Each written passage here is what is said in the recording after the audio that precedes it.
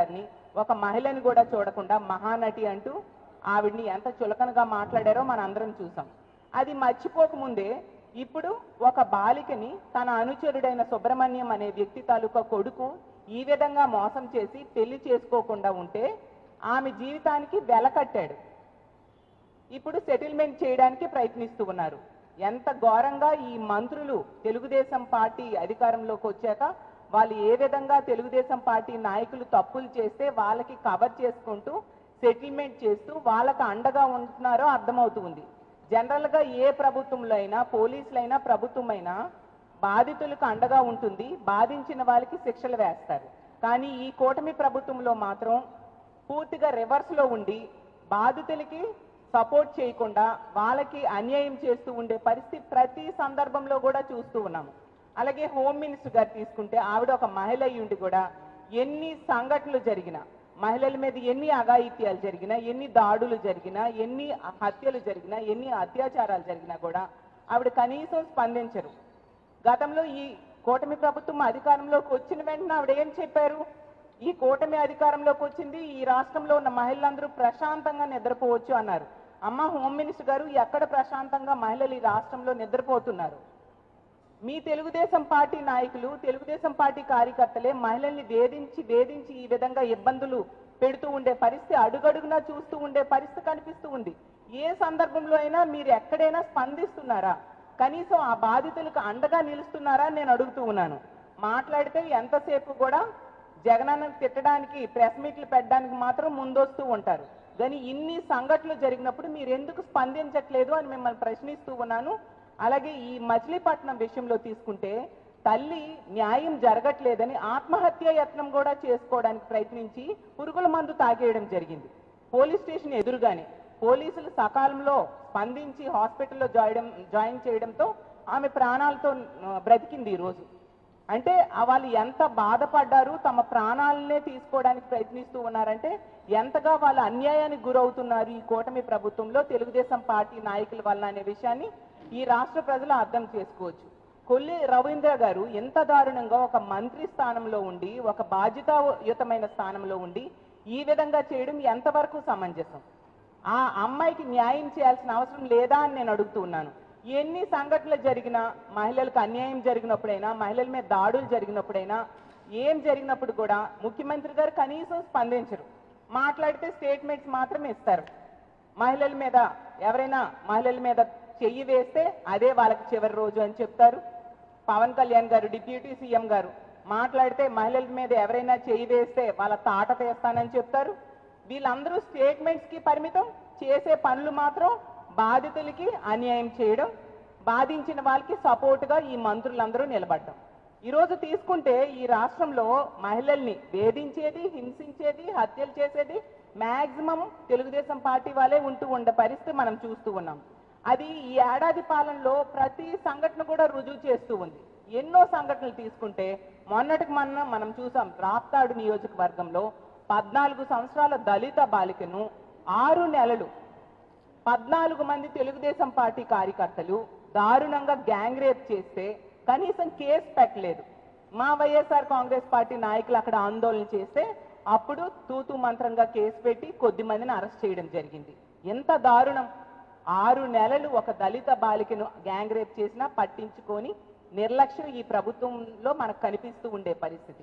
ఈ అన్ని సందర్భాల్లో కూడా ప్రభుత్వం తాలూకా వైఫల్యం, పోలీసుల నిర్లక్ష్యం క్లియర్గా మనకు కనిపిస్తూ ఉండే పరిస్థితి. గతంలో కొద్ది రోజుల ముందు చూస్తే 2 నెలల క్రితం అనుకుంటాను, రాజమండ్రిలో ఒక ఫార్మసీ విద్యార్థిని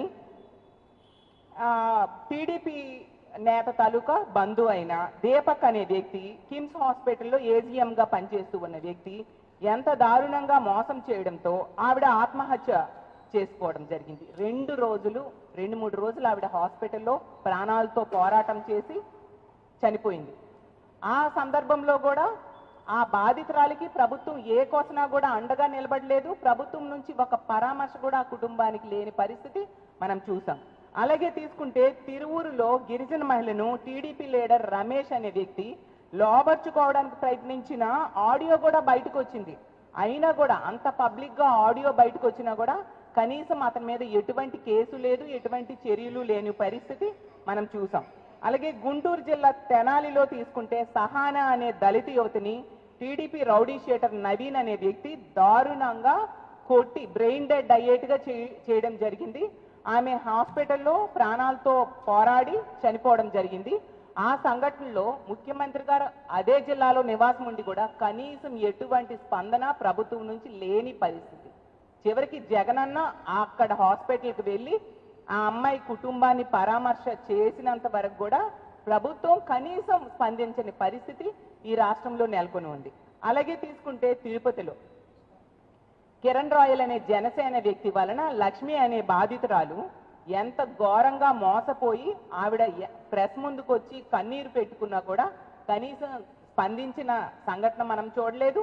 ఆ కిరణ్ రాయల్ అరెస్ట్ చేసిన సంఘటన కూడా మనం చూడలేదు.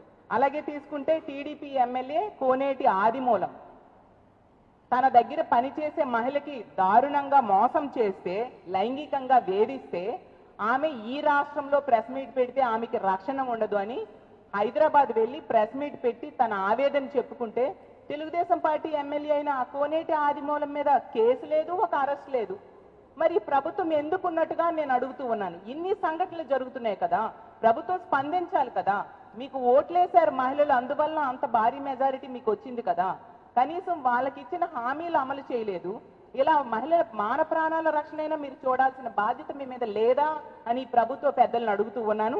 అలాగే ఎన్నో సంఘటనలు టీడీపీ ఎమ్మెల్యేను కొలికపూడి శ్రీనివాస్ అనే వ్యక్తి వేధింపుల వలన ఒక మహిళా విఆర్ఓ, చిట్టెల గ్రామానికి చెందిన మహిళా విఆర్ఓ ఆత్మహత్య యత్నం చేసుకోవడం జరిగింది. ఆమె భర్తను ఆమెను టార్గెట్ చేశారు ఆ ఎమ్మెల్యే అని చెప్పి ఆమె ఆత్మహత్య యత్నం చేయడం జరిగింది. ఇటువంటి చర్యలు ఎమ్మెల్యే మీద లేవు. అలాగే తీసుకుంటే కాకినాడ రూరల్ జనసేన ఎమ్మెల్యే అనుచరులైతే ఇదే పవన్ కళ్యాణ్ గారు, డిప్యూటీ సీఎంగా ఉన్న పవన్ కళ్యాణ్ గారు నిర్వహిస్తున్న పంచాయతీరాజ్ శాఖలో ఆమె ఫీల్డ్ అసిస్టెంట్ గా పనిచేస్తున్న ఆమెకి ఎంత దారుణంగా వేధించారంటే ముడుపులు ఇవ్వాలి లేదా పక్కలోకి రావాలి అని చెప్పి ఆమెకి వేధిస్తే ఈ వీళ్ళ వేధింపులు తట్టుకోలేక ఆమె ఆత్మహత్య యత్నానికి పాల్పడడం జరిగింది. కానీ ఎటువంటి చర్యలు తీసుకోకపోతే దళిత సంఘాలు ఆందోళన చేశాక అప్పుడు ఎఫ్ఐఆర్ కట్టడం జరిగింది. అంటే దళిత సంఘాలు మా వైఎస్ఆర్ కాంగ్రెస్ పార్టీయో ఆందోళన చేస్తేనే వీళ్ళలో చలనం వస్తుందా ఏ ఇష్యూలో అయినా తీసుకుంటే. అలాగే తీసుకుంటే కర్నూలు జిల్లా ముచ్చిమరిలో తీసుకుంటే మనం చూసాం గత ఏడాది జూలైలో ఒక 9 సంవత్సరాల బాలికని గ్యాంగ్ రేప్ చేసి మొక్కలుగా చేసి విసిరేయడం జరిగింది. ఆ డెడ్ బాడీ ఈ రోజు కూడా దొరకని పరిస్థితి మనం చూసాం. ఆ తల్లిదండ్రులు ప్రభుత్వాన్ని ఎంతగానో వేడుకున్నారు. ముఖ్యంగా డిప్యూటీ సీఎం గారు రావాలి అనేసి వాళ్ళు ఎంతగానో కోరుకున్నారు. కనీసం ప్రభుత్వం నుంచి ఎటువంటి స్పందన ఆ సంఘటన లేదు, కుటుంబానికి న్యాయం జరగని పరిస్థితి మనం చూసాము. అలాగే సాక్షాత్తు హోంమంత్రి గారి నివాసం ఉంటున్న విశాఖపట్నంలో ప్రేమోన్మాది నీరబ్ శర్మ అనే వ్యక్తి ఒక అమ్మాయి మీద హత్యాయత్నం చేయడం జరిగింది. ఈ నీరబ్ శర్మ వలన ఆమెకి ప్రాణహాని ఉందని 2 సార్లు ఆ అమ్మాయి పోలీసులకు కంప్లైంట్ ఇవ్వడం జరిగింది. ఆ అమ్మాయి కుటుంబ సభ్యులు కనీసం పోలీసులు పట్టించుకోలేదు. తనకేమీ కాదు అన్న ధైర్యంతో ఆ నీరబ్ శర్మ ఆమె మీద దాడి చేసి హత్యాయత్నం చేశాడు. అంటే ఎంత దారుణంగా ఈ ప్రభుత్వము ఈ పోలీస్ వ్యవస్థ నిందితులకి అండగా నిలబడుతూ ఉంది, బాధితులకి అన్యాయం చేస్తూ ఉంది, రక్షణ ఇవ్వట్లేదు అనే విషయం మనకు క్లియర్గా అర్థమవుతుంది. అలాగే తీసుకుంటే ఇలా ఏ సంఘటన చూసినా కూడా పోలీసుల తాలూకా నిర్లక్ష్యం, ప్రభుత్వం తాలూకా వైఫల్యం కనిపిస్తూ ఉంది. ప్రతిసారి కూడా ఈ ప్రభుత్వం పోలీసుల్ని మహిళల మాన ప్రాణాల రక్షణకి, ప్రజల రక్షణకి ఉపయోగించట్లేదు. ఎంతసేపు రెడ్ బుక్ రాజ్యాంగం ఎలా అమలు చేయాలి అన్న దాని మీద దృష్టి పెడుతూ ఉంది. డీజీపీ నుంచి కానిస్టేబుల్ వరకు రెడ్ బుక్ రాజ్యాంగం అమలు మీద దృష్టి పెట్టేట్టుగా వాళ్ళకి ఇన్స్ట్రక్షన్స్ ప్రభుత్వం ఇస్తుంది తప్ప వాళ్ళ డ్యూటీలు వాళ్ళు చేసుకునే అవకాశాన్ని ఈ ప్రభుత్వం ఇవ్వట్లేదు. అంత దారుణంగా పోలీసులు వైఫల్యం చెందేట్టుగా ప్రభుత్వం ఈ రోజు ఈ రాష్ట్రంలో చేస్తూ ఉండే పరిస్థితి. దాంతో ఇలాంటి తప్పుడు పనులు చేసే వాళ్ళకి భయం లేకుండా ఉండే పరిస్థితి మనం అడుగడుగున ప్రతి సందర్భంలో కూడా చూస్తూ ఉన్నాం. అందువల్ల ఈ రోజు ఈ రాష్ట్రంలో రోజుకి 70-80 సంఘటనలు మహిళల మీద అఘాయిత్యాలు జరుగుతూ ఉన్నాయి. మహిళల్ని ఎంత ఫ్రీగా వాళ్ళు మోసం చేస్తూ ఉన్నారంటే వాళ్ళకి ఎంత భయం లేకుండా ఉంది అనే విషయం మనం అర్థం చేసుకోవచ్చు. అలాగే తీసుకుంటే గవర్నమెంట్ అసలు ఎందుకు ఉంది, మహిళలను రక్షించాల్సిన అవసరం గవర్నమెంట్కి లేదా అని నేను అడుగుతూ ఉన్నాను. ఎంతసేపు కూడా మహిళల్ని మోసం చేసి మేనిఫెస్టోలో చేత కాని అమలు కాని హామీలు ఇచ్చేసి అవన్నీ కూడా గవర్నమెంట్ వచ్చాక 14 నెలలైనా అమలు చేయట్లేదు సరికదా. ఈ విధంగా అడుగడుగున మహిళల మీద దాడులు, అఘాయిత్యాలు, హత్యలు జరుగుతున్నాయి. మహిళలు మోసం చేస్తూ ఉంటే మోసం చేసిన వాళ్ళకి అండగా ప్రభుత్వ పెద్దలు, ముఖ్యంగా మంత్రులు, ఒక బాధ్యతాయుతమైన స్థానంలో ఉన్న మంత్రులు చేసే పరిస్థితి మనం చూస్తూ ఉన్నాం. ఈ సంఘటనలో తీసుకుంటే ఈ సుబ్రహ్మణ్యం అనే వ్యక్తి విలువలతో కూడిన విద్య నేర్పిస్తాను అని హరే కృష్ణ అని ఒక స్కూల్ రన్ చేస్తూ ఉండే పరిస్థితి. అతను విలువలతో కూడిన విద్య నేర్పిస్తానని చెప్పి తన కొడుకును మాత్రం విలువలతో బ్రతకడం నేర్పించలేదు. అందువల్ల ఈ విధంగా ఆ స్కూల్లో పని చేస్తున్న అమ్మాయిని ఈ విధంగా తీసుకొని వెళ్ళిపోయి 4 రోజులు తిప్పి తెచ్చేసి కనీసం పెళ్లి కూడా చేసుకోకుండా ఆమె జీవితానికి వెల కట్టడానికి ఆ సుబ్రహ్మణ్యం అయితేనే, అలాగే మంత్రి కొల్లు రవీంద్ర గారు కూడా ఈ విధంగా ప్రయత్నిస్తూ ఉండే పరిస్థితి ఎంతవరకు సమంజసమని ఈ ప్రభుత్వాన్ని, ముఖ్యమంత్రి గారిని, డిప్యూటీ సీఎం గారిని, హోమ్ మినిస్టర్ గారిని నేను అడుగుతూ ఉన్నాను. అసలు మీరు తీసుకుంటే ఆడబిడ్డల మాన ప్రాణాలకి ఇన్ని సంఘటనలు కూడా ఎక్కడా రక్షణ లేని పరిస్థితి మనం చూస్తూ ఉన్నాము. మహిళలకి ఈ కూటమి ప్రభుత్వం అధికారంలోకి వచ్చాక ఇంట్లో ఉన్నా రక్షణ లేదు, బయటికి వెళ్ళినా రక్షణ లేదు, స్కూల్కి వెళ్ళినా రక్షణ లేదు, పని ప్రదేశంలో కూడా వాళ్ళకి రక్షణ లేదు. అసలు ఆడబిడ్డలు ఈ కూటమి ప్రభుత్వంలో ప్రశాంతంగా బ్రతికే అవకాశం లేదా అని నేను అడుగుతూ ఉన్నాను. ఇంత దారుణమైన పరిపాలన గతంలో ఈ ఆంధ్రప్రదేశ్ రాష్ట్రంలో ఎప్పుడూ మనం చూడలేదు. చూస్తే జగనన్న దేశ వ్యవస్థను తీసుకొస్తే వీళ్ళ అధికారంలోకి వచ్చాక దేశ వ్యవస్థ లేదు అని చెప్పి ఇలాంటి దుర్మార్గులకి అవకాశాన్ని వాళ్ళు కల్పించారు. దిశ అనేది లేకుండా చేశారు. వీళ్ళు శక్తి యాప్ అంటూ ఏదో తీసుకొచ్చారు. అది ఎక్కడుందో, ఏం చేస్తుందో, ఏం పని చేస్తుందో ఎవరికీ తెలియని పరిస్థితి. ఈ విధంగా ఈ కూటమి ప్రభుత్వం అధికారంలోకి వచ్చాక మహిళల మాన ప్రాణాలు గాలి కొదిలేశారు. ఇలా మహిళల జీవితాలను కూడా సెటిల్మెంట్లు చేస్తూ వీళ్ళు పబ్బం గడుపుకుంటూ ఉండే పరిస్థితి మనం చూస్తూ ఉన్నాము. వీళ్ళు ఎంతసేపు కూడా సాక్షి ఆఫీసుల మీద దాడులు చేయించడం మీద ఉండే శ్రద్ధ మహిళల మీద దాడి చేస్తున్న దుర్మార్గుల్ని అరెస్ట్ చేయాలి, కేసులు పెట్టాలి, కఠినమైన శిక్షలు వేయాలి అన్న దాని మీద వీళ్ళు చూపించిన పరిస్థితి మనం చూస్తూ ఉన్నాము. ఎప్పటికైనా కళ్ళు తెరుచుకొని ఇలాంటి అన్యాయాలు జరిగినప్పుడు ఆ బాధితులకు అండగా నిలబడాల్సిందిగా ఈ ప్రభుత్వాన్ని కోరుతున్నాం. ఖచ్చితంగా ఆ అమ్మాయికి న్యాయం జరిగేంత వరకు ఆ కుటుంబానికి అండగా వైఎస్ఆర్ కాంగ్రెస్ పార్టీ పోరాటం చేస్తుంది.